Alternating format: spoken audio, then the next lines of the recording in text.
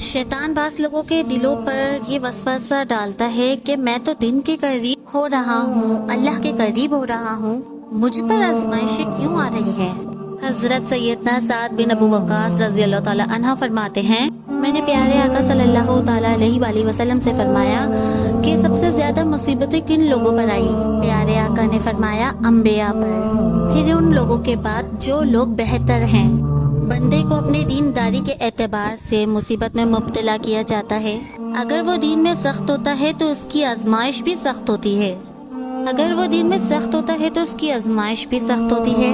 अगर वो दीन में कमजोर होता है तो अल्लाह अज़्ज़ा वजल उसकी दीनदारी के मुताबिक उसे आजमाता है। बंदा मुसीबत में मुब्तला होता रहता है, यहाँ तक कि उसकी दुनिया में ही उसके सारे गुनाह बख्श दिए जाते हैं। अल्लाह चाहता है कि मैं इस बंदे पर आजमाइश भेजूं, मेरा नेक बंदा इस पर सब्र करे, इसके गुनाह माफ हो जाए।